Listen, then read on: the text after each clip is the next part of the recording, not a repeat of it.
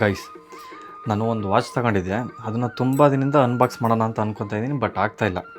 ಇವತ್ತು ಟೆನಿಕಾಸ್ಟ್ ಅದನ್ನು ಅನ್ಬಾಕ್ಸ್ ಮಾಡೋಣ ಬನ್ನಿ ಗೈಸ್. ಹತ್ರ ನಾನು ಇದನ್ನು ತೊಗೊಂಡು 2 ಮಂತ್ಸ್ ಆಗ್ತಾ ಏನೋ ಬಂತು. 2 ಮಂತ್ಸ್ ಆಗ್ತಾ ಬಂದಿದೆ.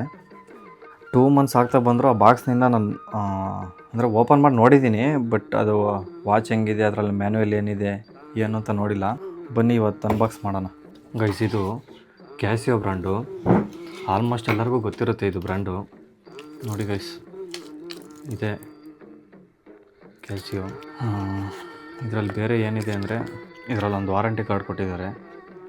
ಇದ್ರದ್ದೇನು ಯೂಸ್ ಇಲ್ಲ ನಮಗೆ. ಅದು ಬಿಟ್ಬಿಟ್ರೆ ಒಂದು ಮ್ಯಾನ್ಯುವಲ್ ಕೊಟ್ಟಿದ್ದಾರೆ, ಒಂದು ಕ್ವಿಕ್ ಸ್ಟಾರ್ಟು. ಇದು ಬಿಟ್ಟರೆ ಬೇರೆ ಇನ್ನೇನಿಲ್ಲ ಈ ಬಾಕ್ಸಲ್ಲಿ. ಆ್ಯಂಡ್ ಬಾಕ್ಸ್ ಬಿಲ್ಡ್ ಕ್ವಾಲಿಟಿ ಎಲ್ಲ ಚೆನ್ನಾಗಿದೆ. ಇದ್ರದ್ದು ಪ್ರೈಸ್ ಬಂದುಬಿಟ್ಟು, ನಾನು ಆರ್ಡರ್ ಮಾಡಿದಾಗ ನನಗೆ ಶಿಪ್ಪಿಂಗ್ ಚಾರ್ಜಸ್ಸು, ಡೆಲಿವರಿ ಚಾರ್ಜಸ್ ಎಲ್ಲ ಸೇರಿ 3000 ಸಮಥಿಂಗ್ ಏನೋ ಆಯಿತು. ಇದರಲ್ಲಿ MRP ಬಂದುಬಿಟ್ಟು 2995 ಏನೋ ಇದೆ. ನೋಡಿ ಗೈಸ್, ಇದೆ ಕ್ಯಾಸಿಯೋ. ಚೆನ್ನಾಗಿದೆ. ನನಗೆ ವಾಚ್ ಮೇಲೆ ಸಿಕ್ಕಾಪಟ್ಟೆ ಕ್ರೇಜು.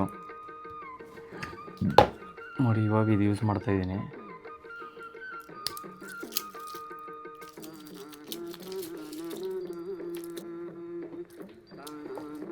ಓಕೆ, ಚೆನ್ನಾಗಿದೆ ಗೈಸ್. ಅಂದರೆ 3000 ವರ್ತಿದೆ.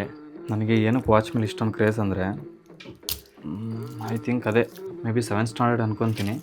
I was studying in 7th standard. ನಾನು ಅವಾಗ ಒಂದು ವಾಚ್ ನೋಡಿದೆ, ಈ ಕ್ಯಾಲ್ಕುಲೇಟರ್ ವಾಚ್ ಅಂತ ಬರುತ್ತೆ.